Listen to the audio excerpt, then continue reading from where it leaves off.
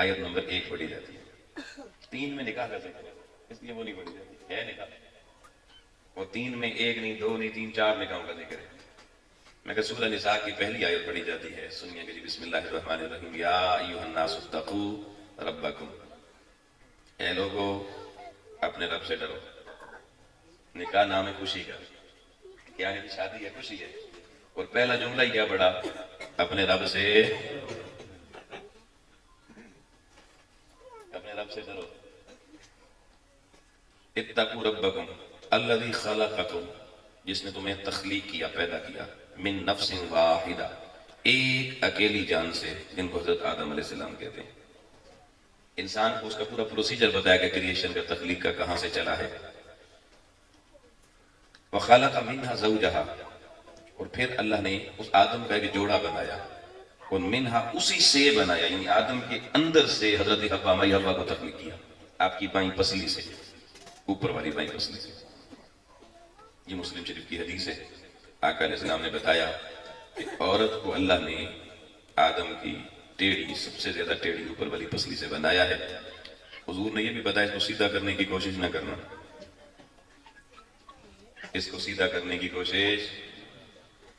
توجہ طلب جملہ ہے. گھروں میں بڑے جھگڑے ہیں کیونکہ آپ زمیندار جٹ لوگ ہیں جناب، راجے ہیں، ملک ہیں، چودھری ہیں، گجر ہیں. کہتے ہیں جی ساڑی گل نہیں منی تو بڑھ کے رکھ دوں گے.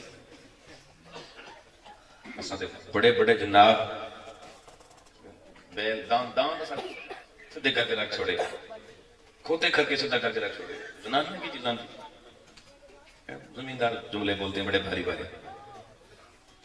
آپ نے اونٹ بھی سیدھے کیے ہوں گے، آپ نے ہاتھی بھی سدھارے ہوں گے، شیر بھی سدھارے ہوں گے، لیکن اللہ کا نبی فرما رہے ہیں عورتوں کو سیدھا کرنے کی کوشش نہ کرنا. یہ ٹیڑھی پسلی سے بنائی گئی، فرمایا ان کو سیدھا کرنے کی کوشش کرو گے یہ سیدھی نہیں ہوں گی، ٹوٹ جائیں گی. یہ کیا ہو جائیں گی؟ یعنی گھر ٹوٹ جائیں گے، برباد ہو جائیں گے سیدھے. اب حضور نے فرمایا اگر تم ان سے راحت لینا چاہتے ہو، فائدہ لینا چاہتے ہو، تو پھر ان کو سیدھا نہ کرو، اپنے آپ کو سیدھا کرو.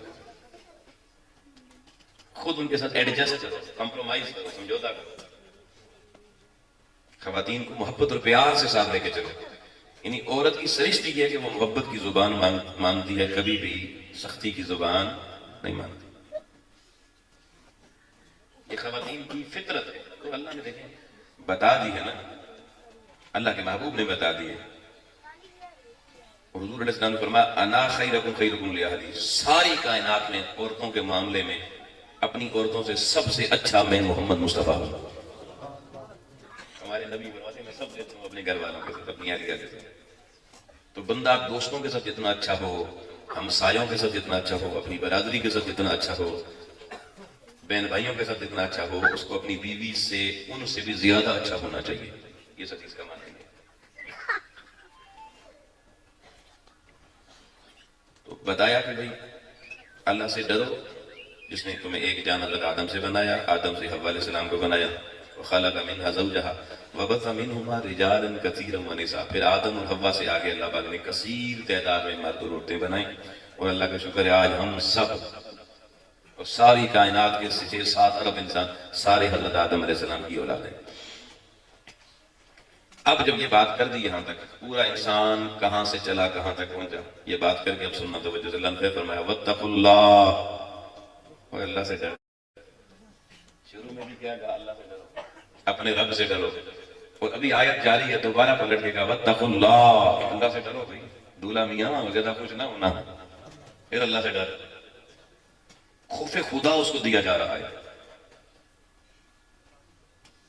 واتقوا اللہ الذی تساءلون بہ، اس اللہ سے ڈرو جب دنیا میں پھنس جاتے ہو نا، جس اللہ کے واسطے دیتے ہو کہ مولا تیرا واسطہ تجھے نکال دے.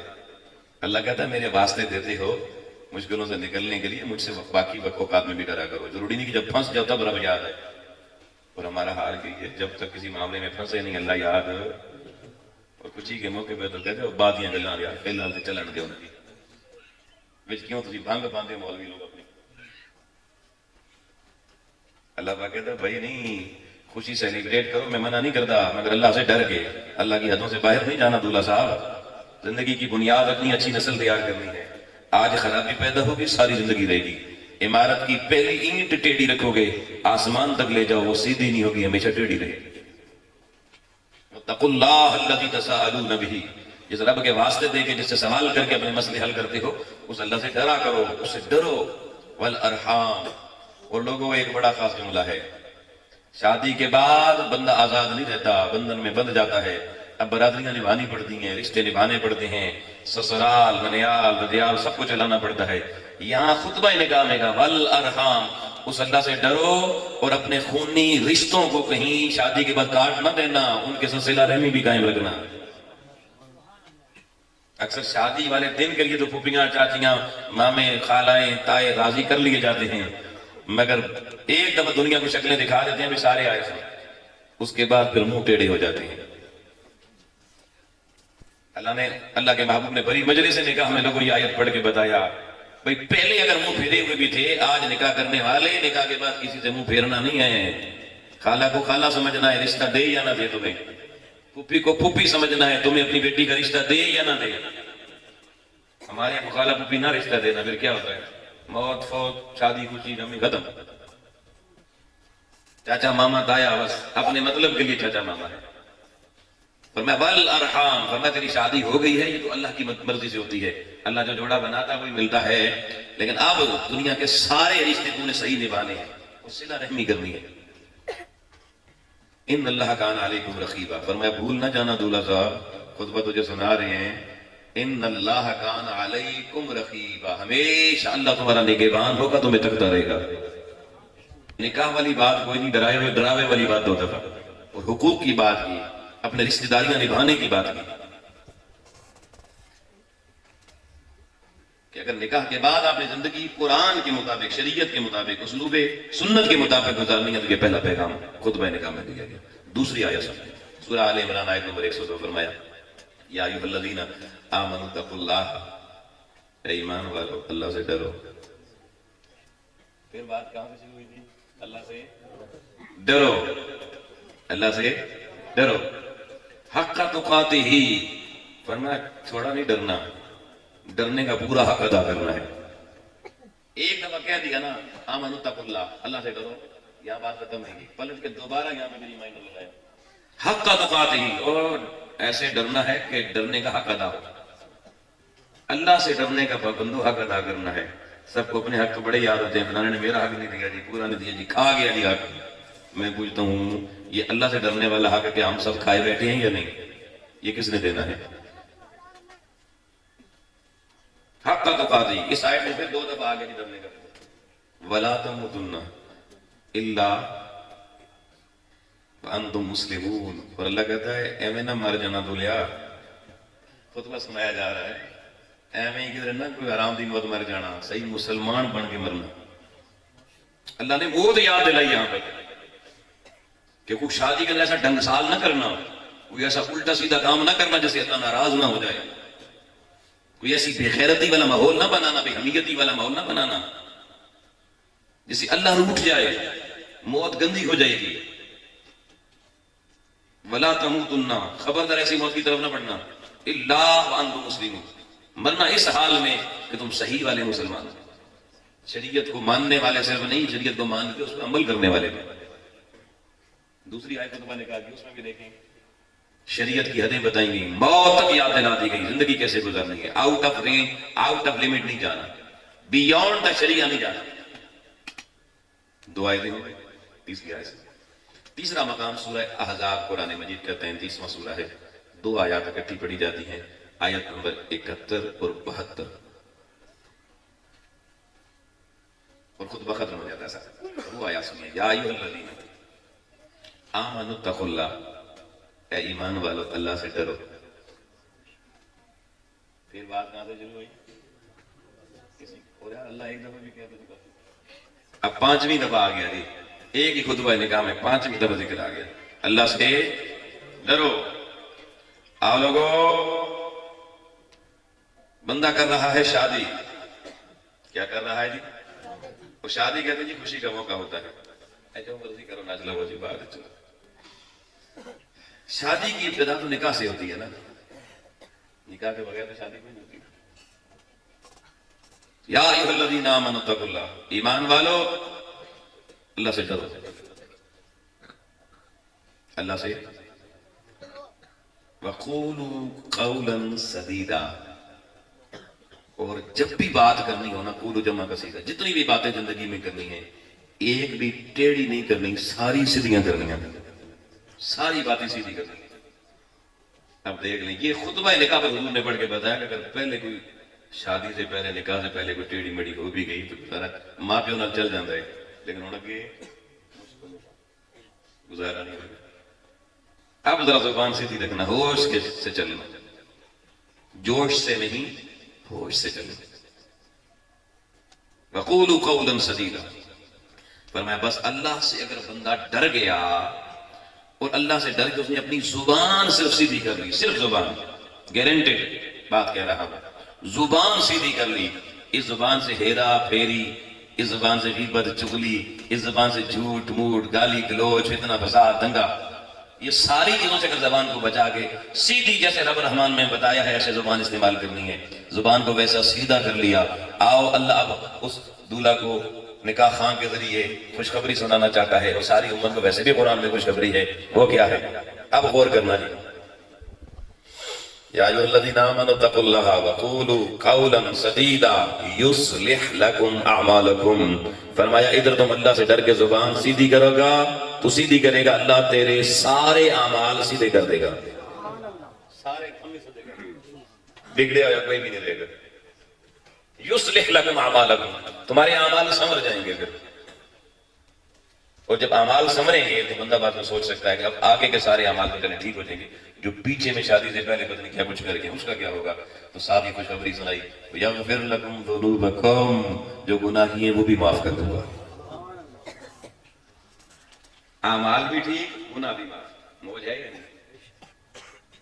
وَمَن يُطِعِ اللَّهَ وَرَسُولَهُ، جو اللہ رسول کی اطاعت، پھر اللہ رسول کی اطاعت کا سبق پڑھایا، اطاعت سے باہر نہیں نکلنا، جو اللہ واللہ کے رسول کی اطاعت اور غلامی کا پٹا گلے میں ڈال کے رکھے گا، فقد فاز فوزا عظیما، بس بندہ وہی کامیاب ہوگا۔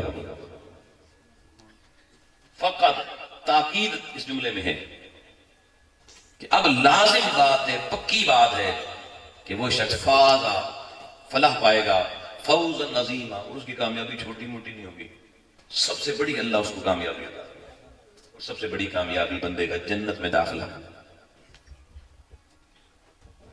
یہ تین آیات کم سے کم، یہ تین مقامات یہ لوگوں ہر خطبہ نکاح میں پڑھے جاتے ہیں۔ ہمارے ہاں دیکھنا کہ تین موقع بڑے عام ہوتے ہیں، ایک نکاح سے پہلے والا دن، ایک نکاح والا دن، ایک نکاح کے بعد والا دن۔ میں نے قرآن سنا دیا، خطبہ نکاح پڑھ کے بتا دیا کیوں خطبہ نکاح حضور نے یہ پڑھا، کیوں ڈرایا، تاکہ پتہ چلے ہم نے اب زندگی میں کیسے آگے بڑھنا ہے، بنیاد زندگی کی کیسے رکھنی ہے۔ ہمارے ہاں شادی سے ایک دن پہلے ایک رسم ہوتی ہے جس کو مائیوں کا عنوان دیا جاتا ہے، کوئی مائیاں کہتے ہیں، کوئی مائیوں کہتے ہیں، کوئی مانیاں کہتے ہیں، اپنے اپنے علاقے کے لفظ ہیں۔ اور وہ مائیوں کا فنکشن کیا ہوتا ہے، برادری کو بلایا جاتا ہے، کھانا شانا پکایا جاتا ہے، لیکن ایک خاص رسم اس میں ہوتی ہے، اس کو تیل مہندی کی رسم کہتے ہیں۔ اس کا تعلق کچھ مردوں سے بھی ہے، زیادہ خواتین کے ساتھ ہے۔ دوستان محترم، اس سب سے پہلے یہ دیکھیں کوئی رسم آئی کہاں سے ہے، اسی کی بنیاد بھی پتا کریں۔ میں نے جو زندگی میں تحقیق کی، کیونکہ ہمارا تعلق ہر طرح کے مذاہب کے ساتھ بھی رہتا ہے، جاب کے حوالے سے بھی، دیگر سوشل حوالے سے بھی، تو میں نے جو غیر مسلم ہندو ہیں نا، ہندو، ان کی تقریبات، ان کی شادیوں میں دیکھا کہ وہ یہ مائیوں کا فنکشن لازمی کرتے ہیں، تیل مہندی، اور ان کے پاس باقاعدہ اس کی روایت موجود ہے، کہاں سے چلا مجھے، لیکن مسلمانوں کے پاس کوئی روایت موجود نہیں ہے۔ تو یہ شریعت کا دیا ہوا فنکشن نہیں ہے، اور حضور کا فرمان ہے بخاری شریف کی حدیث ہے، من تشبہ بقوم فہو منہم، دنیا میں جو جس قوم کی شبہات اختیار کرے گا نا، قیامت کو انہی کے ساتھ اٹھایا جائے گا۔ ابھی کرنے جا رہے ہیں شادی، آگے ڈراوے میں نے بتا دیا اللہ نے کتنے دیے۔ رسم اگر شرعی ہو تو اچھی بات نہیں ہے، کیونکہ اس میں بے تحاشا خرچے ہوتے ہیں، اور خدا جانے کیا کہ کتنی ناراضیاں کچھ دن پڑ جاتی ہیں۔ میں نے نہیں بلایا سی سامنے نہیں سکے، یعنی اس دن بھی ہمارے سارے فنکشن میں دیکھیں تو اس میں پھر ہماری بیٹیاں بہنیں مائیں وہ بال کھول کے اور وہ بالکل غیر مسلموں کی نکالی کر کے تہذیب چھوڑ کے آداب چھوڑ کے دین کی ساری حدیں پامال کر کے. لیکن عورت کا جو سر ہوتا ہے یہ اس کا سطر ہوتا ہے. سطر عورت کی 3 چیزیں چھوڑ کے باقی سارا وجود سطر ہے. یہ ہاتھ چھوڑ کر, یہ چہرہ چھوڑ کے اور پاؤں چھوڑ کر. میں بالکل بنیادی دین کی بات کر رہا ہوں. باقی سارا وجود پورا سر بال یہ سارے سطر میں ہے. یہ گلا اس کا سطر میں ہے. آپ عورتوں کے شادی والے ڈریس دیکھیں دوپٹے تو ویسے ہی ختم ہو گئے ہم ماشاء اللہ. وہ شادی والے دن عورت دوپٹہ رکھنا سمجھتی ہے کہ تو کوئی 5 من کا پہاڑ ہے جو سر پہ آئے گا تو میں تو ٹوٹ کے برباد ہو جاؤں.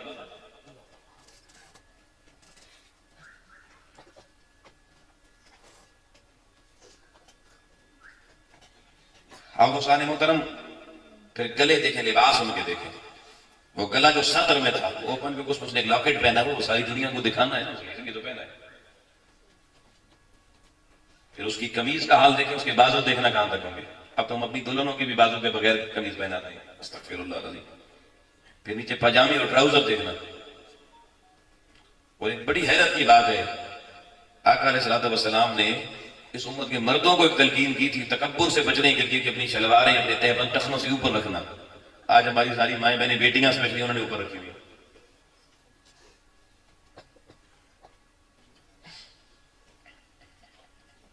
تو اب یہ سارا کچھ یہ مناظر اسی دن آپ کو تیل مہندی میں نظر آ جاتا ہے. پھر اگلے دن شادی بارات والے دن, نکاح والے دن بھی یہی ہوتا ہے, اور پھر ولیمے والے دن بھی ہوتا ہے. سوٹ بھی الگ الگ ہوتے ہیں. یہاں ایک بڑا اہم مسئلہ شریعت کا سمجھ لیں. میرا کام اصلاح کرنا ہے, آگے توفیق اللہ آپ کو دے, آپ اپنی اصلاح کریں, گھروں میں جا کے بتائیں. دین اسلام نے کسی غیر شادی شدہ لڑکی کو بننے سنورنے کی اجازت نہیں دی, اور قرآن کی نص قطعی میں سورہ نور میں موجود ہے. یہ قرآن پاک کے لفظ ہیں, وَلَا تَبَرَّجُ الْجَاهِلِيَّةَ الْأُولَىٰ وَلَا تَبَرَّجْنَ تَبَرَّجَ الْجَاهِلِيَّةِ الْأُولَىٰ. فرمایا بڑی جہالت جو تھی نا, اس جہالت جیسا تبرج نہیں کرنا. تبرج کہتے ہیں میک اپ کرنا, بننا سنورنا. قرآن کی نص کرتی ہے. آپ اس میں کوئی کہیں حدیث اور مجھے کسی ضرورت نہیں ہے, قرآن سے بہتر تو کوئی چیز نہیں ہے نا. ولا تبرج جب کہہ دیا خواتین کو, اور ولا یبدین زینتہن, اور اپنی زینت کسی پہ ظاہر نہیں ہونے دینا. صدر کی کوئی چیز کسی پہ, اور زینت چلے جملہ زینت کے حوالے سے آ گیا بھی سمجھا. اب شادی شدہ عورتیں ہیں نا, شادی شدہ, وہ میک اپ کر سکتی ہیں مگر صرف اپنے شوہر کے لیے, صرف اپنے شوہر کے علاوہ کسی کے لیے نہیں کر سکتے. اب قرآن مجید نے اس شادی شدہ عورت کو کہا جس نے چلے میک اپ شوہر کے لیے بھی کر لیا, اس کو کہہ دیا وَلَا يُبْدِينَ زِينَتَهُنَّ. تیری زینت, زینت کہتے ہیں بن کے جو چیز نمایاں ہو گیا نا, جب بندہ چہرہ سنوار لے, ہاتھ سنوار لے, پاؤں سنوار لے, کوئی وجود سنوار لے, کپڑے سنوار لے, کوئی چیز, تو فرمایا وَلَا يُبْدِينَ زِينَتَهُنَّ, اپنی زینت کسی غیر پہ ظاہر نہیں ہونے دینی. کسی غیر مرد کی نظر اور آنکھ تمہاری زینت پہ نہ پڑے.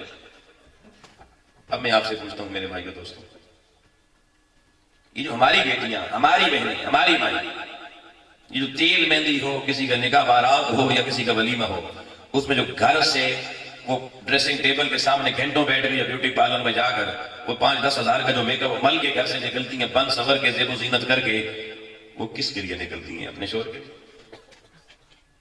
بتائیں, وہ بیگانے کی شادی میں عبداللہ دیوانہ. آپ کبھی اپنی بہن کو, بیٹی کو کہہ کے دیکھنا, بیٹا آپ سادے کپڑے گھر والے پہن کے چلے, کھانا کھانا ہے, وہ بخاری پا دینی ہے, وہ ان کو تو نہیں شادی کی.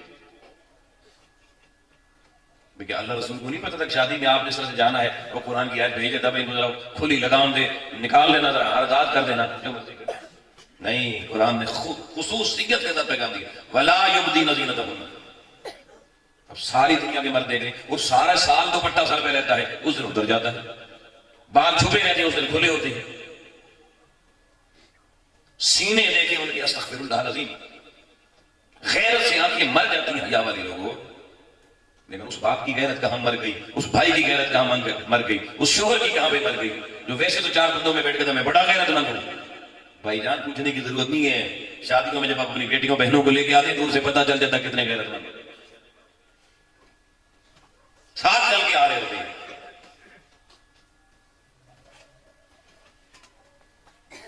انہوں نے تو بے حلیتی کے لباس پہنے, مردوں نے بے حلیتی کا سرما آنکھ میں پہن لیا, ڈال دیا, نظر ہی نہیں آ رہا.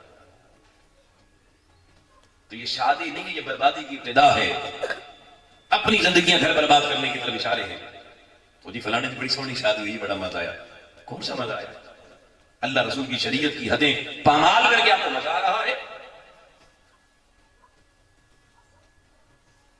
یہ مزہ تو قیامت والے دن پتہ چلے گا کتنا آتا ہے, بلکہ قبر کی پہلی رات ہی پتہ چل جائے گا.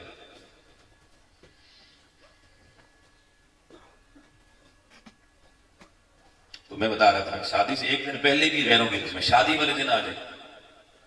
میں بڑی معذرت سے کہنے لگوں, بہت سے لوگوں کے بڑے دل ٹوٹ بھی سکتے ہیں. آقا علیہ الصلوۃ والسلام نے خصوصیت کے ذریعے ارشاد فرمایا شادی کو آسان بنا. مسند احمد کی حدیث سے آقا علیہ الصلوۃ والسلام نے فرمایا اعظم النکاح برکۃ, سب سے زیادہ برکت والا نکاح وہ ہوتا ہے ایسرہ مؤنہ, جس میں کوئی مشکل تنگی نہ ہو, آسانیاں ہی آسانیاں.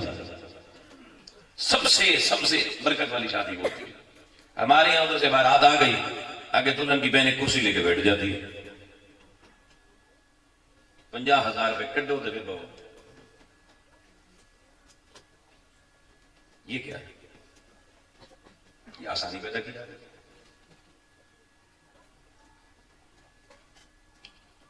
مجھے اگر لینے کے آپ کو پیسے چاہتا ویسے کسی آرام سے کسی کنارے پہ ساری برادری سارے لوگ دیکھتے ہیں, سامنے بیٹھ کے تماشا لگانا. بارات میں لڑکے آ رہے ہیں, دولہا کے دوست بھی ساتھ ہیں, سامنے دلہن کی بہن صاحبہ بیٹھی ہیں, چھوٹی بہن یا بڑی بہن. ان آنے والوں کی نظریں نہیں پڑیں گی. اور یہ ماحول ہم دیتے خود نہیں ہیں. ناراض نہ ہونا, جب تک نہیں پتا ہوتا معافی مانگے, اللہ کرتا ہے معاف. لیکن آج میں بتا رہا ہوں بھول کے آپ کو شریعت کی حدیں کہاں کا شریعت پامال. ادھر اللہ نے نکاح حضور نے پڑھ کے ڈرایا. اللہ رسول کے طرف اللہ سے ڈرو, اللہ سے ڈرو. ہم نے کدھر ڈرا, کرسی کیوں وہ ڈر. یعنی ہیوس اور دولت کی پجاری دیکھیں ہم کتنے ہیں.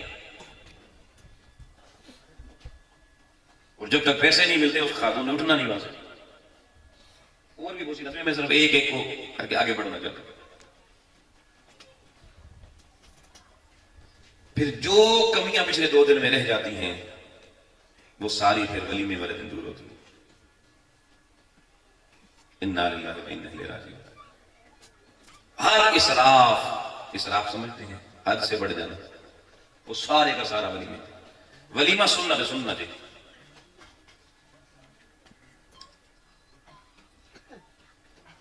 ولیمہ سنت ہے اور مہر دینا عورت کو واجب ہے. اب آپ کسی سے پوچھنا, اپنا بھی انالیسس کرنا بھائی, توجہ طرف جملہ. مہر کتنا ہے جی آپ کا؟ جی 500 روپیہ ہے جی, 100 روپیہ, 5,000 روپیہ. اچھا ولیمے میں خرچہ کتنا کیا؟ ماشاء اللہ 10 لاکھ روپے لگایا تھا, 20 لاکھ روپے لگایا تھا. مجھے بتائیں سنت کا درجہ اونچا ہے یا فرض واجب کا درجہ اونچا ہے؟ وہ قرآن نے کہا کہ اگر کسی عورت کو مہر میں سونے کا ڈھیر بھی لینے لگی ہو, جب واپس نہیں لینا. سونے کا ڈھیر کا وہاں, سونے کا ڈھیر کیوں, قنطار کا لفظ کیوں قرآن نے استعمال کیا؟ پتہ چلتا ہے ذرا مہر کھلے دل سے لینا. ولیمے کا 1 کلو گوشت 500 روپے کا نہیں آتا,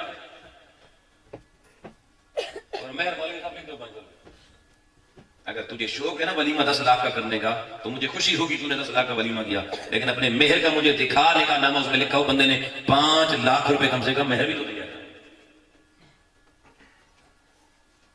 اور اگر واجب کا درجہ اونچا ہے, 10 لاکھ کو اپنے ولیمے میں لگا رہا ہے, تو 10 کو کم سے کم 10 سے ضرب کر 1 کروڑ روپے کا مہر دے کے بھی دکھا دوں.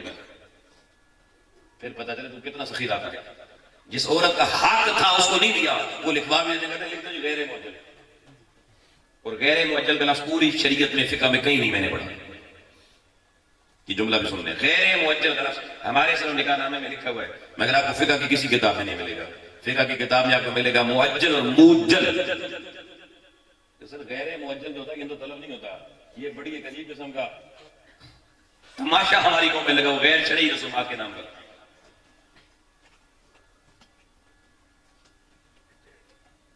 موجل اس میں اجل بھی ہے کہ موت سے پہلے پہلے دے جائے، تو موت کا پتہ کسی وقت بھی نہیں ہے.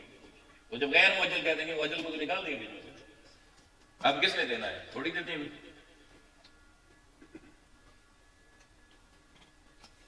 اب میں اس پہ بھی تھوڑا آگے آتا ہوں، تھوڑا پیچھے پہ چلیں. ہمارے یہاں پھر اس قدر شریعت کا تمسخر آقا علیہ السلام نے سونا مرد کے لیے حرام قرار دیا.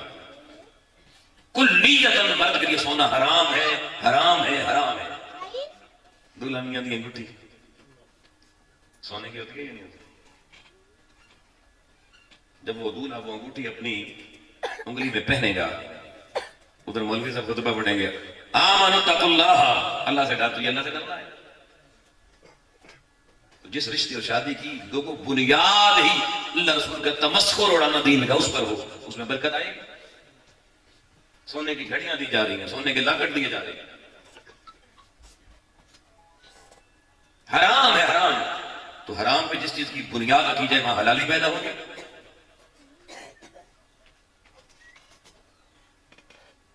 آپ حرام چیز سے، حرام پیسے سے بزنس شروع کریں وہ حلال ہو جائے گا؟ بتائیں.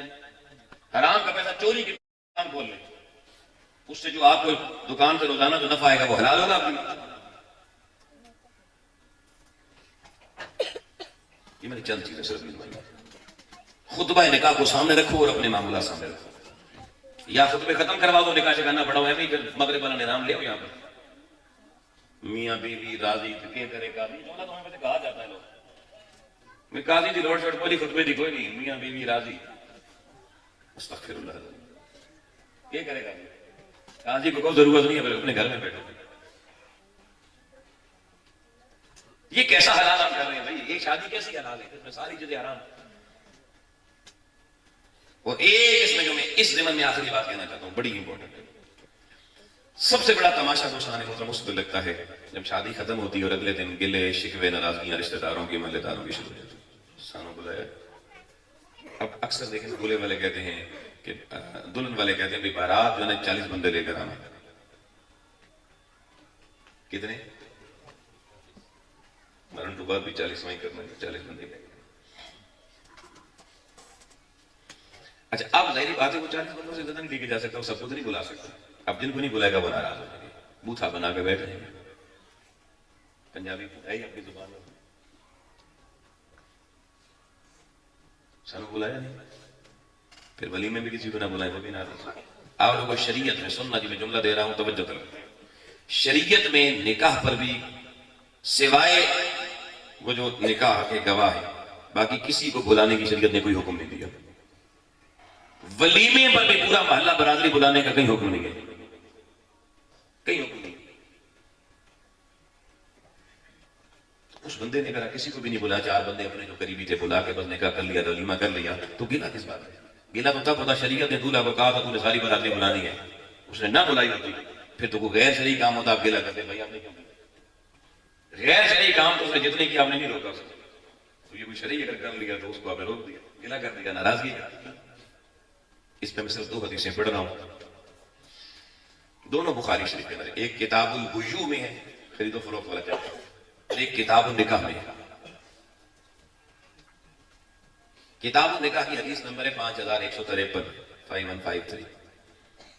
حضور علیہ السلام کے صحابی ہیں، عشرہ مبشرہ میں سے ہیں. عشرہ مبشرہ کہتے ہیں وہ 10 صحابی جن کو دنیا میں اللہ کے رسول نے جنتی ہونے کی ضمانت دے دی. ان میں نام ہے حضور کے رشتہ دار کی حضرت عبد الرحمن بن عوف رضی اللہ تعالی عنہ.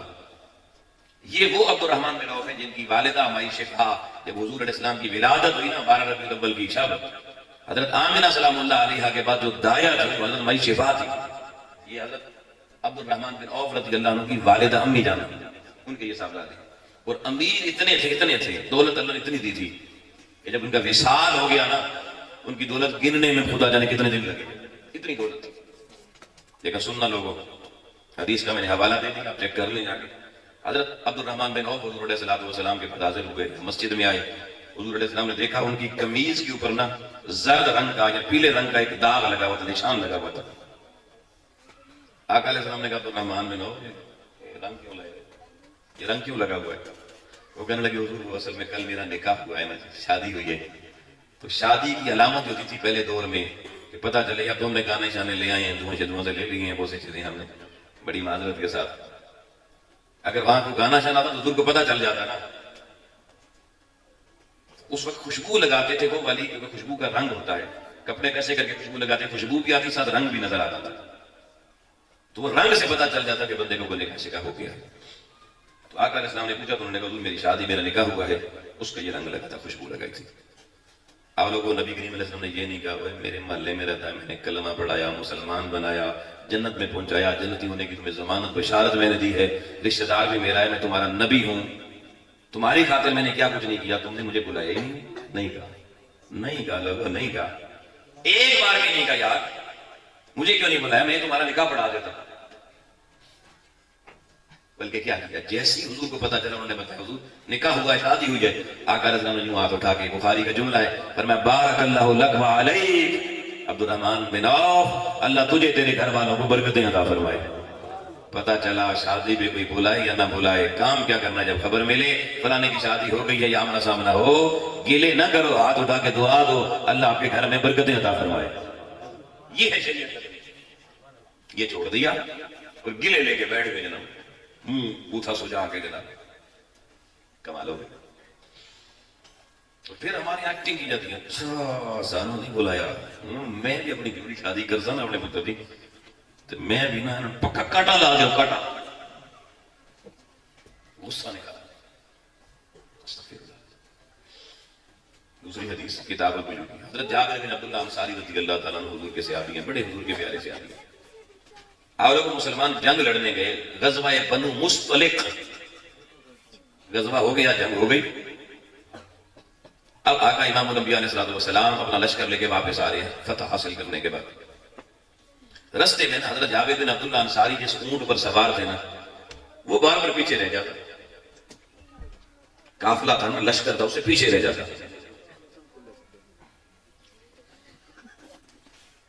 وہ میں نے حذف کر دیا ابھی. اب جب اونٹ پیچھے رہ جاتا, حضرت جابر اس پہ سوار تھے, تو آقا علیہ السلام نے حضرت جابر کے پاس گئے, حضرت جابر اونٹ اتنا تیز کیوں نہیں چلتا بھائی, پیچھے رہ جاتا ہے. حضرت جابر کہنے لگے یا رسول اللہ میں تو اس کو مار مار کے تھک گیا ہوں, یہ چلتا ہی نہیں, سنتا ہی نہیں.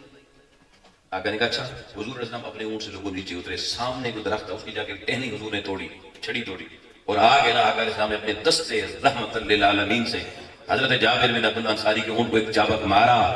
حدیث میں آتا ہے حضور کے دستے مبارک کا چابک لگنے کی دیر تھی, اونٹ میں کرنٹ آ گیا, دوڑنا شروع ہو گیا, فریش جیسے تازہ جوان ہو. اب لشکر پیچھے رہ گیا, جابر کا اونٹ آگے رہ گیا. اتنا دیر تک حضور نے اپنے اونٹ کو ایڑ لگائی, جابر سے جا کے ملے, باقی لشکر پیچھے ہے. آقا علیہ السلام نے جب قریب ہوئے حال احوال پوچھا, جابر سنا یار شادی شادی کی تھی کوئی نہیں, گپ شپ لگائی, شادی ہوئی ہے میری. حضور ابھی غزوے پہ جانے سے پہلے ہی شادی کی ہے. اچھا جابر یہ بتا کمواری سے کی ہے یا کسی بیوہ سے کی ہے؟ یا رسول اللہ بیوہ سے کی ہے. وہ پلیا لوگا, وہ کمواری نہ کریں, تو جوان جان جا کر بیوہ بڑی نل کیوں کی تھی. وہ کہنے لگے سنیا میری ماں باپ فوت ہو گئے ہیں اور میری چھوٹی چھوٹی بہنیں ہیں, اگر میں کسی کمواری لڑکی سے شادی کرتا, وہ بھی بچی, میری بھی بہنیں ہیں, وہ ان کو کیسے سنبھال دی, تو میں نے بیوہ سے اس لیے شادی کی کہ میری چھوٹی بہنوں کو سنبھال لے تاکہ گھر کا نظام اچھا چلے. کب کی؟ ابھی غزوے پہ جانے سے پہلے. غزوے پہ حضور کے ساتھ گئے, نہیں بتایا, وہاں ساتھ رہے, نہیں بتایا, فتح ہو گئی واپس آ رہے ہیں, نہیں بتایا. یہ تو حضور نے پوچھا شادی شدی ہوئی ہے یا نہیں. اب حضور کیوں پوچھ رہے ہیں, آقا تو سب کچھ جانتے ہیں, مگر پوچھا اس لیے کہ جابر جواب دے, میں جو کچھ کروں امت کو پتہ چل جائے سیرت کا سبق اس موقع پہ کیا ہے. یہ بات ہو گئی. اب حضور نے کہا جابر یار تیرا اونٹ تو بڑا تکڑا ہے یار, بڑا زبردست اونٹ ہے, بیچتے نہیں ہو؟ کہا اللہ کے حبیب آپ کا یہ سارا کچھ لے لیں. کہا نہیں نہیں میں ایسے تو نہیں لوں گا, ہدیے کے طور پہ نہیں قبول کروں گا, قیمتاً میں خریدوں گا, مجھے قیمت بتاؤ کتنی ہے. حضرت جابر کہنے لگے یا رسول اللہ آپ کی اپنی مرضی ہے, جتنی مرضی قیمت لگا دیں. آقا نے فرمایا نہیں, چیز تیری ہے, مول بھی تو مانگے گا. ہمارے یہاں بھی دوستی یاری بات میں بندہ کہتا نا تیری ماں جگہ وہ میں نے پیسے دیتا, ٹھیک ہے, اگلے کوئی کچھ نہیں, کیا پیسے پکڑے میں کھول کے لے کے چلے, رسی میری ہاتھ میں پکڑا, کرتے ہیں زمیندار نہیں کرتے. آقا نے اصول بتا دی, کبھی کسی کی چیز ایسے نہیں لینی, مور خود نہیں بتانا, اس سے پوچھو. حضرت جابر سے جب حضور نے کہا بھائی نہیں تیری چیزیں تو مول بتا، تو کہنا کہ حضور چلے مجھے ایک اوقیہ دے دینا. ایک اوقیہ 40 درہم کا ہوتا ہے، 40 درہم، 40 درہم میں بیچتا ہوں. اب حضور نے مسکرا کے کہا جابر یار اتنا مہنگا، انہیں پیسے نہ بڑے بڑے بڑے مل جاتے. وہ پھر کہنے کے سونے تھوڑی مرضی جننے دے دیو. آقا نے فرمایا نہیں، تو نے جتنے مانگے اتنے میں سودا کروں. غریب بندہ ہو تو اس کو کٹوانا نہیں چاہیے، امیر کو کٹوا بھی نہیں فرق نہیں پڑتا. ہم امیر سے نہیں کٹواتے پیسے. آپ ادھر سے خریداری کرنے اسلام آباد پنڈی میں جائیں نا کسی صدر کے بازار میں، ہاں جی، تو وہاں پہ کپڑوں کو جوڑا وہ 5000 بتائیں گے، آپ کہیں گے 4000، تو وہ کہیں گے چل باہر نکل. 5000 پورے دیتے ہیں. اور کسی ریڑی والے سے کوئی بچوں کی گڑیا لینا، گڈی گڈا، وہ کہیے 250 روپے کا، نہیں میں 100 روپے دینا ہے، اس غریب کو نہیں دینے. یہ ہمارا مزاج ہے. تو آقا علیہ الصلوۃ والسلام نے کہا نہیں اب تو نے جتنے مانگے اتنے دوں گا. حضرت جابر بن عبداللہ اونٹ سے نیچے کھڑے ہو کے نیچے اتر کے کھڑے ہوئے. آقا نے کہا نیچے کیوں اتر کے، مدینے نہیں جانا؟ حضور تمہیں ویج چھوڑے آئے، ان میرا تو نہیں رہا. آقا نے فرمایا نہیں میں اس کے پیسے مدینے جا کے دوں گا، میں تمہیں اجازت دیتا ہوں اس میں بیٹھ کے مدینے تک آ جاؤ. آج وہ مدینے میں پہنچ گیا قافلہ. آقا علیہ الصلوۃ والسلام حضرت جابر نے اونٹ پکڑایا، اونٹ سونے لے جا. آقا نے کہا اچھا ٹھیک ہے میں پیسے بھیجتا ہوں. آقا اندر گئے، واپس آقا علیہ السلام تشریف لائے. آقا علیہ السلام نے اس کو ایک ہو کیا 40 درہم دے دی حضرت جابر کو، ساتھ اونٹ بھی لے آئے. کہا جابر یہ اس کی قیمت لے اونٹ کی، اور تمہاری شادی کا تحفہ یہ قبول فرما. اونٹ تحفے میں بیچ کر دیا. پھر واپس حضرت جابر. کیا خوبصورت سیرت ہے. میں نے یہ سارا حدیث آپ کو سنا دی. آپ تو سانے محترم جب حضرت جابر نے بتایا تھا نا رستے میں کہ سونے میری شادی ہوگی ہے، تو حضور علیہ السلام نے پھر وہی کام کیا. ہاتھ اٹھائے کہا تھا بارک اللہ لک والی، اللہ تجھے اور تیرے گھر والوں کو برکت دے، اور اللہ تمہیں صلح اور عاشقی کی خوبصورت اچھے طریقے سے پیار بھرے ماحول میں جمع فرما کے رکھے. یہ دعا تھی، گلا نہیں کیا. وہ جب کلمے میں پڑھایا، ہاں جی، ہدایت کا راستہ میں نے دکھایا، میرے محلے میں رہتے ہو، میرے پیچھے نماز پڑھتے ہو، میں نے نہیں بلایا. نہیں اور حضور سے بڑا دی کوئی ہے کائنات میں یار. تسی میں زیادہ بڑے بن گئے، کوئی سانو نہ بلا تو اس پہندے ہیں. اس صحابہ نے شریعت کا مزاج بتا دیا کہ مسلمان شادی میں جس کو چاہے بلائے، جس کو چاہے نہ بلائے، کوئی گلا.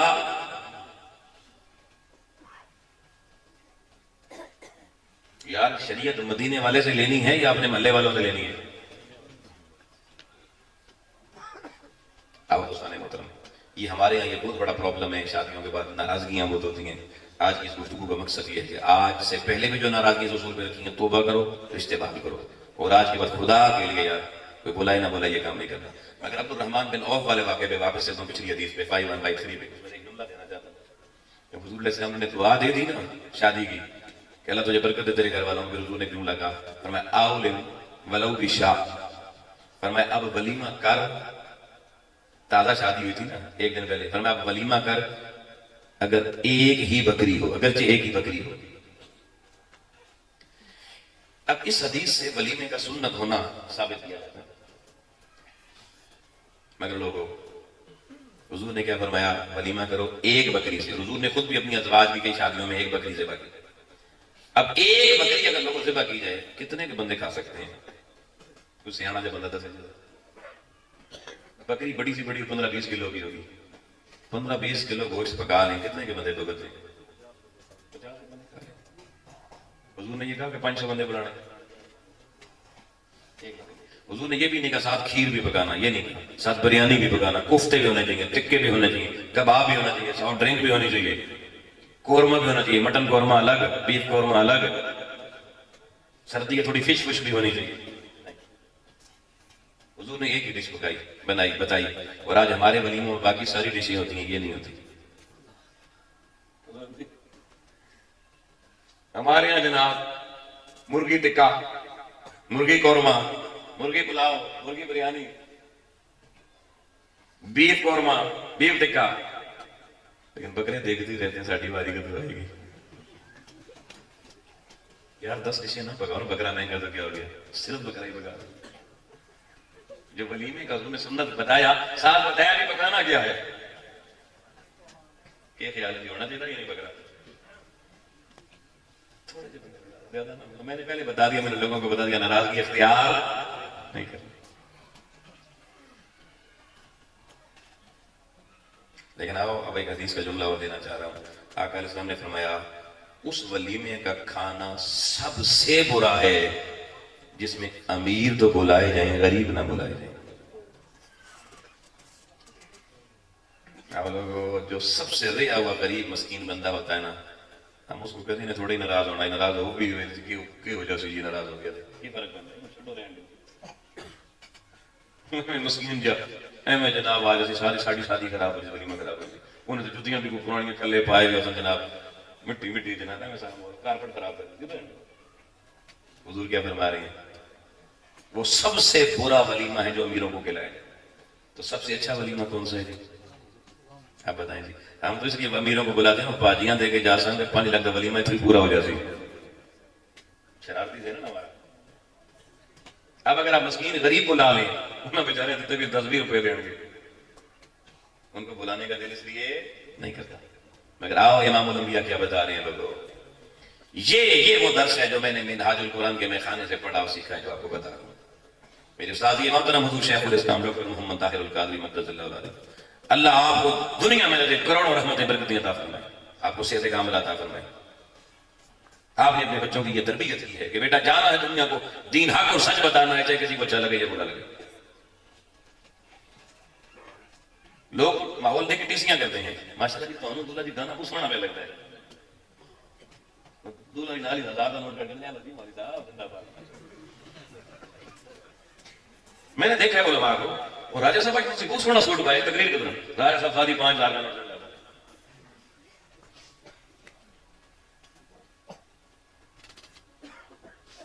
لوگوں میں نے قرآن کا پورا درس کو دیا ہے, کیوں؟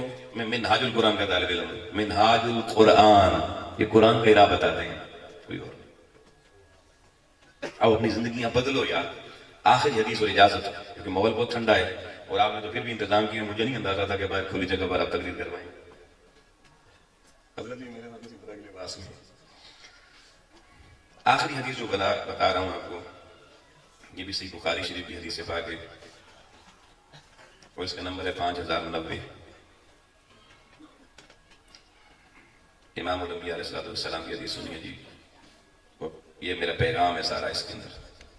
فرمایا تنکح المرأة لأربع, لڑکی سے شادی کی جاتی ہے 4 چیزیں دیکھ کر. لوگ کیا کتنی چیزیں دیکھتے ہیں شادی کے لیے؟ 4 چیزیں دیکھتے ہیں.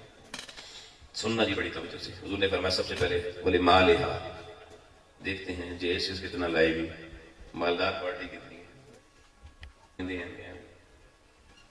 غریبوں کی بیٹیاں بھی تو چاندی سفید سر میں آ جاتی ہے, کوئی پوچھتا ہی نہیں رشتہ. مجھے لوگوں ایک جمعے کے دن میں جمعہ پڑھانے گیا, میں نے ایسے خطاب کیا جمعے میں گفتگو کی, جمعہ پڑھا کے فارغ ہوئے تو ایک شاہ جی مجھے ملے, سید بادشاہ نے تعارف کروایا, وہ رو رہے تھے.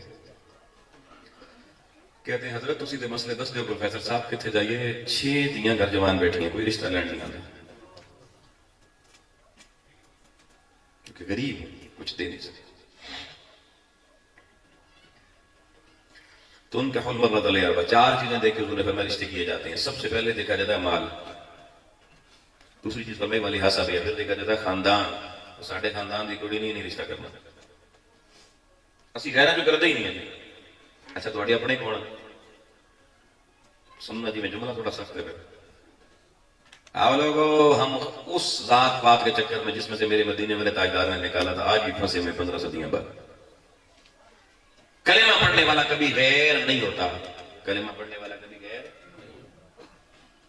جو کلمہ پڑھنے والے کو غیر کہے سمجھ نہیں اس کا کلمہ ابھی حلق سے نیچے اترا ہی نہیں ہے.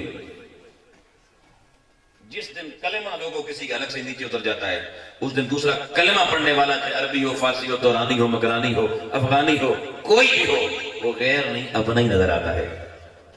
مسلمان کا اپنا کون ہے؟ دوسرا مسلمان. تو یہاں سب سے پہلا نقص یہ نکالا جاتا ہے دوسری برادری کیڑی, کاسٹ, کلر, کریم.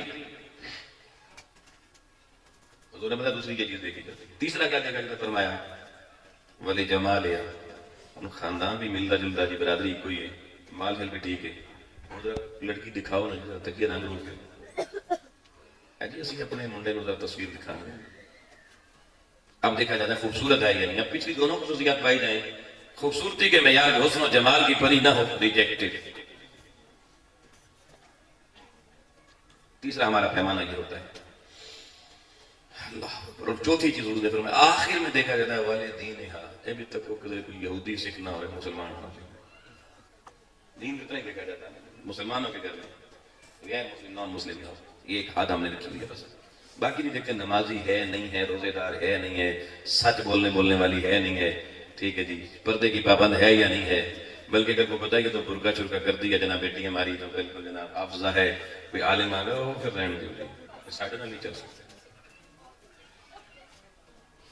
آپ لوگوں یہ چار چیزیں حضور نے بتا کر جو جملہ میرے محبوب نے کہا وہ جملہ آج کی ساری نشست کی مرکزی نچوڑ سینٹرل آئیڈیا آقا علیہ الصلوۃ والسلام نے فرمایا فَاظْفُرْ بِذَاتِ الدِّينِ تو دین کو اپنا کر زندگی کو کامیاب بنا آؤ حضور نے بتا دیا ان چاروں چیزوں میں سے کامیاب کس کی زندگی ہوگی مزہ کس کو زندگی میں آئے گا راحت کس کو ملے گی سکھ کس کو ملے گا سکون کس کو ملے گا لذت زندگی کی کس کو ملے گی آقا نے فرمایا فَاظْفُرْ بِذَاتِ الدِّينِ دنیا میں بھی وہی کامیاب قبر میں بھی وہی کامیاب حشر میں بھی وہی کامیاب جو اپنی شادی اور نکاح کی بنیاد اللہ کے دین پہ رکھتا ہے لڑکی دیندار ہے بس یہی پیمانہ ہے کوئی دیندار ہے یا نہیں ہے تو باقی کڈو حسن کی وجہ ہے قد کی وجہ ہے برادری کی وجہ ہے سانو نہیں کرتے سانو دیندار اور ایک جملہ حضور نے فرمایا آپ لوگوں کو بھی سن لو آخری جملہ چلی تھا آقا نے فرمایا ترے بت یدا اور اگر تم نے دین نہیں دیکھا نا باقی چیزیں دیکھی دین نہیں دیکھا دین پر رشتہ استوار نہیں کیا آقا نے فرمایا ترے بت یدا پھر تیرے ہاتھوں میں مٹی آئے تیرے ہاتھ خاک آلودہ ہو جائیں آقا نے فرمایا اس گھر میں پہلے اس گھر میں مٹیاں ہی اڑانی گیا ایک ہی تم نے پتھر وٹا ہی مارو تیرے ہاتھوں میں مٹی ہی رہے گی کچھ اور نہیں آئے گا مجھے شادی کے بعد کی لذتیں اللہ رسول نے رکھی ہیں جس کی قرآن میں نے تسکنوا الیہا کہا تھا وجعل بینکم مودۃ ورحمہ کہا تھا فرمایا نہ وہ مودت ملے گی نہ وہ رحمت بیوی کی طرف سے ملے گی نہ وہ تسکین کا سامان ملے گا نہ گھر صحیح آباد ہوگا بربادیاں اور بربادیاں آئیں گی تارے بچ جگہ آقا نے فرمایا تیرے ہاتھ مٹی میں مل گئے جب تم نے اپنے رشتے کی بنیاد دین مصطفی پہ نہیں کسی اور چیز پہ رکھی آؤ دوستان محترم دولہے بیٹھے ان کو مبارک ان کی گھر والیوں کو مبارک ان کے گھر والوں کو مبارک مگر آؤ میں نے قرآن اور حدیث کا وہ پیغام کو نچوڑ جو آج محراب و ممبر سے بھی سننے کو کم ملتا ہے اور یہ نشستیں تو رہی نہیں ہیں ڈھول ڈمکے رہ گئے ہیں اللہ رسول کے دین کا بیان نہیں رہا سن لیں یہاں پر میں کوئی ریجڈ آدمی نہیں ہوں دین پورا بتانے کا قائل ہوں اور ایسے ہی کرتا ہوں سنن ابن ماجہ میں تواتر سے حدیث موجود ہے حضور نے فرمایا کہ نکاح اعلانیہ کرو اور اس پہ دف بجایا کرو اس دور کا آلہ موسیقی تھا دف بلکہ یہاں تک بتایا حدیث میں حضور علیہ الصلوۃ والسلام نے سننا جی فرمایا حلال اور حرام کے درمیان فرق شادی پر دف بجنے سے ہوتا ہے یعنی شادی کی خوشی جو سیلیبریٹ کر کے حلال بنے گی دف بجانے سے بنے گی اور ایک حدیث میں تو لفظ جو ہے نا وہ دف کا نہیں وہ لفظ ہے بالغربال غربال بجایا کرو غربال چھاننی کو کہتے ہیں کس کو کہتے ہیں پرانے زمانے میں نا چھاننے شاننے ہوتے تھے دانے شانے ابھی لوگوں نے درجات میں رکھا ترامیاں شرامیاں جو کہتے ہیں اے پرانیاں سٹیاں مائیاں جناب ترامیاں الٹیاں کر کے نا وہ شادی دے گیت گاتے تھے انہوں نے شادی کے موقع پہ آخر ایک صحابیہ کہتی ہیں حضور علیہ السلام میری شادی کے موقع پر میرے گھر تشریف لائے میرے قریب حضور بیٹھے اس وقت ہمارے پاس میری سہیلیاں یا جو گانے والیاں جو تھیں وہ گا رہی تھیں یہ بھی بتایا وہ کیا کیا وہ گا رہی تھی انہوں نے ایک جملہ کوئی بولا حضور کو پسند نہیں حضور نے روک دیا میں یہ نہیں پڑھتا اور ایک موقع پر ایک انصاریہ کی شادی تھی آقا علیہ السلام نے عائشہ سے پوچھا تو نے ان کی شادی میں کوئی دف بجانے والیاں بھیجی ہیں کوئی گانے والیاں حضور نہیں اور میں وہ عائشہ تو نے کیا کیا تجھے نہیں معلوم انصار کو یہ کتنا پسند ہے گانا بجانا انصار کو کتنا اچھا لگتا ہے اور پھر حضور نے وہ گانے کے بول بتائے عائشہ کو تو یہ بھی بتا کے بھیجی یہ والا گانا یعنی آقا علیہ السلام نے خود حدیث کے اندر وہ سارے بول لکھے ہوئے ہیں یعنی خوشی کا گیت یہ نہیں گندا گیت گندا گانا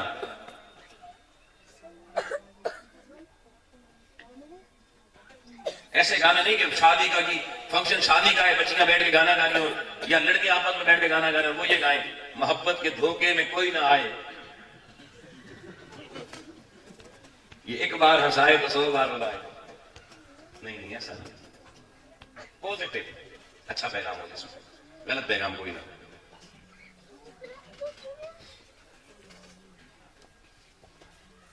تو دیکھیے آقا علیہ السلام نے ہماری خوشیوں کا پورا طریقہ بتایا.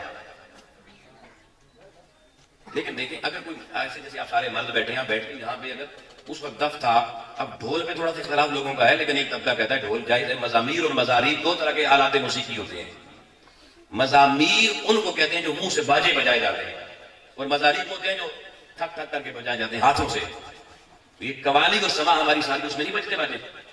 بزرگان نے جن کے معین الدین چشتی اجمیری رحمۃ اللہ علیہ نے نفلت ہندوستانیوں کو کلمہ پڑھایا تھا اسی تو سما سے. تو بزرگان دین کا صرف اس پہ ہے اختلاف کہ مزامیر جو منہ والے باجے ہیں وہ نہیں بجانے چاہیے، اس کی حدیث میں ممانعت ہے، لیکن ہاتھ والے بجائے جا سکتے خوشی کے موقع پہ. یہ نہیں کہ مسجد میں نماز ہو رہی اور آپ جناب بجانا شروع کر. نماز کا ٹائم تو خوشی کا موقع ہو، ایونٹ ہے، لیکن اس میں لڑکے لڑکیاں مکس گیدرنگ ہیں. تو یہ بھی ساری چیزیں شریعت نے خوشی سیلیبریٹ کرنے کے پورے طریقے بھی بتائیں. انشاءاللہ کبھی زندگی میں پھر موقع ملا تو آپ کو خوشی سیلیبریٹ کرنے کا بھی سارا طریقہ بتائیں گے، سمجھائیں گے قرآن و حدیث سے پورے. لیکن آج جو میں نے چیزیں بتائی ہیں اس کو پلے باندھو، اس درس کو لے کے جاؤ. اب میرا کام تھا آپ تک پہنچانا، آپ کا کام ہے ان تک پہنچانا جو یہاں نہیں آئے. اللہ رسول کی بارگاہ میں دعا مالک مولا ان جوڑوں کی زندگی میں برکتیں لائے، ان کے والدین کی مغفرت فرمائے، درجات بلند فرمائے، ان کے اپنے درجے بھی بلند فرمائے، ان کی بھی مغفرت فرمائے، ہم سب کی بھی مغفرت فرمائے، اور ہمیں اپنی زندگیاں آقا علیہ السلام کی شریعت کے اصولوں کے مطابق گزارنے کی بنیادیں رکھنے کی توفیق عطا فرمائے. وآخر دعوانا الحمدللہ رب العالمین.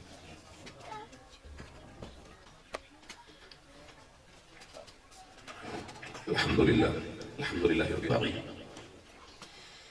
اللهم ربنا آتنا في الدنيا حسنة وفي الآخرة حسنة وقنا عذاب النار. اللہ جل مجدہ تیرے بندوں نے، تیرے نبی کے کلمہ پڑھنے والے، تیرے محبوب کی امتیوں نے اپنی شادیوں کے فنکشن میں تیرے محبوب کے میلاد کی محفل رکھی، خوبصورت محفل پاک میں انعقاد ہوا. یا اللہ کریم ان کی اس خوبصورت کاوش کو اپنی بارگاہ میں قبولیت عطا فرما. میری اللہ کریم اس محفل پاک میں جتنے احباب بچے، چھوٹے چھوٹے معصوم بچے آئے، جوان آئے، بزرگ آئے، مائیں بہنیں بیٹیاں بھی پردے میں بیٹھ کے سن رہی، اللہ کریم سب کا اس محفل پاک میں حاضر ہونا آقا علیہ السلام کی حضوری کا ذریعہ بنا دے. اپنے رحم و کرم کی سوغاتیں سب کو نصیب فرما دے. میرے مولا آج سب کو اپنی بارگاہ کی رحمتیں برکتیں عطا فرما. اللہ تیرے دین کا پیغام جو بیان کیا، جو سنا، اللہ کریم اس پر عمل پیرا ہونے کی توفیق عطا فرما. اس ساری محفل کو اصالِ ثواب میرے کریم رب العالمین تیرے محبوب صلی اللہ علیہ وسلم کی بارگاہ میں ہدیۃً تحفۃً پیش کرتے ہیں، قبول فرما. میرے نبی کریم علیہ السلام کے توسل سے جملہ انبیاء کرام، آپ صلی اللہ علیہ وسلم کے والدین کریمین، آپ صلی اللہ علیہ وسلم کی آل اولاد، ازواج، صحابہ، تابعین، تبع تابعین، جمیع شہداء و صالحین و پاکان امت، جمیع مومنین، مومنات، مسلمین، مسلمات، سب کی ارواح کو درجہ بدرجہ پیش کرتے ہیں، قبول اور منظور فرما کر سب کی بخشش و مغفرت فرما. خصوصاً بالخصوص یا اللہ کریم اس محفل پاک کا اصالِ ثواب جناب محترم چودھری طالب حسین مرحوم، چودھری محمد خان مرحوم، جناب چودھری عبد المحارب، چودھری عدالت حسین، چودھری غالب حسین، چودھری محمد یوسف صاحب، راجہ الطاف حسین صاحب، اور یا اللہ اس برادری کے جتنے بھی مرحومین ہیں اور شرکائے محفل جو یہاں بیٹھے ہیں، اللہ کریم ان کے جتنے عائزہ اقربا دنیا سے چلے گئے ہیں، سب کی ارواح کو الگ الگ پیش کرتے ہیں. یا اللہ سب کی بخشش، سب کی مغفرت، سب کے درجات بلند فرما دے، سب کو جنتوں والے گھر نصیب فرما دے، سب کی قبر کو راحت والی قبر بنا دے، سب کی قبروں کو یا اللہ کریم اپنی جنت کی خوشبوؤں سے مہکا دے. یا اللہ کریم سب مرحومین کو اپنی رضا کا خوبصورت تحفہ عطا فرما دے، محبوب علیہ السلام کی صفات سے مالا مال فرما دے. اللہ کریم ہم سب کو بھی راہ نجات، راہ مغفرت اور راہ رحمت و برکت پر چلنے کی توفیق نصیب فرما. اللہ کریم جتنے احباب آئے ہیں جو شادی شدہ ان کی زندگیوں میں سکھ عطا فرما، جن کی شادیاں ہونی ہیں انہیں دین پر اپنے رشتے قائم کرنے کی توفیق نصیب فرما. اللہ کریم اس موسم کی شدت میں تیرے بندے تیرے دین سننے کے لیے بیٹھے ہیں، اللہ کریم ان کی دل کی مرادیں حسرتیں پوری فرما دے. ماؤں بہنوں بیٹیوں کو بھی عزت و حیا کی چادریں سر پہ رکھنے کی توفیق نصیب فرما. دلوں میں سب کو طاعت و تقویٰ کی خوبصورت دولت نصیب فرما دے. میرے اللہ کریم جتنے جوان ہیں انہیں جوانی کا جو دنیا کا نشہ انہیں بے حیائی کی طرف، بے حیائی کی طرف لے کے جا رہا ہے، اللہ کریم آج ان کے دلوں کو حیا کا نور عطا فرما دے، ان کی آنکھوں کو حیا کا نور عطا فرما دے، انہیں اپنی آنکھیں حیا والی نیچی رکھنے کی توفیق نصیب فرما دے، محرم غیر محرم کی پہچان نصیب فرما دے. یا اللہ کریم جن سے جانے انجانے میں جو غلطیاں ہو گئیں اس باب میں، اللہ میرے محبوب علیہ السلام کا صدقہ آج معافی عطا فرما دے. آج کے بعد وعدہ کرتے ہیں میرے مولا تیرے دین کے ساتھ جڑیں گے، خطبہ نکاح کے متعلق جو سننا ہے سمجھا ہے اللہ کریم اس کو مانیں گے. اللہ کریم آئندہ زندگی کی ہمیں راحت نصیب فرما دے. شریعت مصطفی کا توق اپنے گلے میں ہمیشہ ڈال کے رکھنے کی توفیق نصیب فرما دے. شریعت کی حدوں سے باہر نہ نکلنے کی توفیق ہمیں دے. اللہ ان سب جوانوں کی جوانیاں سلامت فرما دے. انہیں جوانی میں پاکیزگی تقویٰ طہارت کا نور عطا فرما دے. اللہ کریم سب کو آپس میں اتحاد اور اتفاق نصیب فرما دے. اور شادیوں میں بلاوے نہ بلاوے کے چکر میں جو ناراضگیاں جو گلے شکوے ہیں آج سارے یہیں پہ چھوڑ کے سب کو محبتوں سب کو آپس میں الفتوں کے خوبصورت ماحول میں بند جانے کی توفیق نصیب فرما. سارے اس علاقے پہ اپنے رحم و قدر و اپنے رحم و کرم و فضل و رحمت کی چادریں جھالنے نصیب فرما. ہمیں اپنی بارگاہ میں قبول فرما. ساری امت کا بھلا فرما. آقا علیہ الصلوۃ والسلام کی بھولی بصری امت کو پھر سے رجوع الی الرسول کرنے کی توفیق نصیب فرما. اللہم ربنا خلص نیاتنا فی قلوبنا وزین اخلاقنا واحوالنا انک علی کل شیء قدیر. اللہ کریم یہ جو جوڑے تیرے خوبصورت شریعت کے مطابق اس شادی کے بندھن میں بندے ہیں اللہ کریم ان کو ہر شر سے محفوظ فرما دے. اللہ کریم ان کو ہر نظر بد سے حفاظت نصیب فرما. زمانے کی بری آنکھ سے حفاظت نصیب فرما. شر شیطان شر نفس کی حفاظت فرما. انہیں آپس میں محبت مودت رحمت اور برکت سے بھرپور خوبصورت زندگیاں نصیب فرما. ان کو حیا بھری نسلیں عطا فرما. وصلی اللہ علی نبی الامی وعلی آلہ واصحابہ اجمعین برحمتک.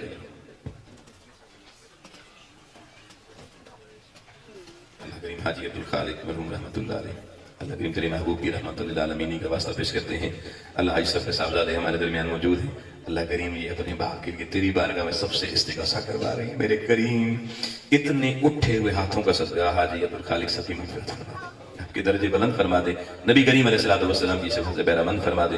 آل محمد اصحاب محمد کا صدقہ یا اللہ کریم اس مرحلے میں خصوصاً لطف و کرم کی خاص سوغات عنایت نصیب فرما دے. صلی اللہ علی نبی الامی وعلی آلہ واصحابہ اجمعین برحمتک. انشاءاللہ عزیز ابھی لنگر شریف تقسیم ہوگا. برائے کرم اپنی اپنی سیٹوں پر براجمان رہیں. آپ کو آپ کی سیٹ پر انشاءاللہ عزیز لنگر پہنچایا جائے گا. بہت شکریہ تمام مہمانوں کا ان محبتوں کا. انتہائی مشکور ہیں. اللہ پاک آپ سب کو سلامت رکھے. السلام علیکم.